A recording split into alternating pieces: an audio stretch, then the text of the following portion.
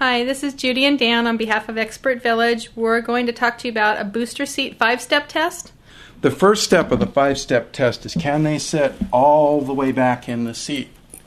Number 2, can their knees bend, with them sitting all the way back, can their knees bend over the edge of the seat? This is very important because what happens in this case, you can see, Samantha's legs are going all the way forward. To get the knees over the edge, they will slouch forward like this. What this does is it puts the vehicle belt in a very bad position.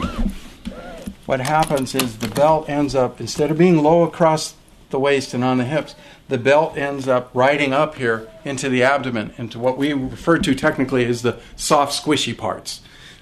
What happens in a crash now is there's nothing to stop this belt from working its way back.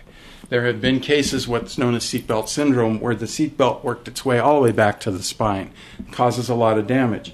Again, it's very important if they're sitting properly, they're sitting up, and that belt is low across the hips. That's actually step 3, is the belt low across the hips. Step 4, is the shoulder belt in the proper position? Is it between the neck and the shoulder? And step 5, probably one of the most overlooked, is the child mature enough to stay in this position for the whole time they're in the car? They don't reach over to touch their baby sister. They're not trying to reach down and touch their feet or pick up a toy, because that way you can see how they're already sliding out of the belt and they're not in position. So maturity is a huge importance. Another thing a lot of them do is they like to have that shoulder belt under the arm or behind the back.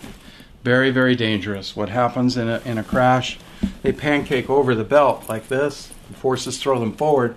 The spine will get dislocated. They may end up paralyzed. And you never want them to put it under their arm like this. Again, that won't support them in the seat. So they're going to be more comfortable in their booster seat. They're going to be able to see out better. And the most important is that they're riding safe.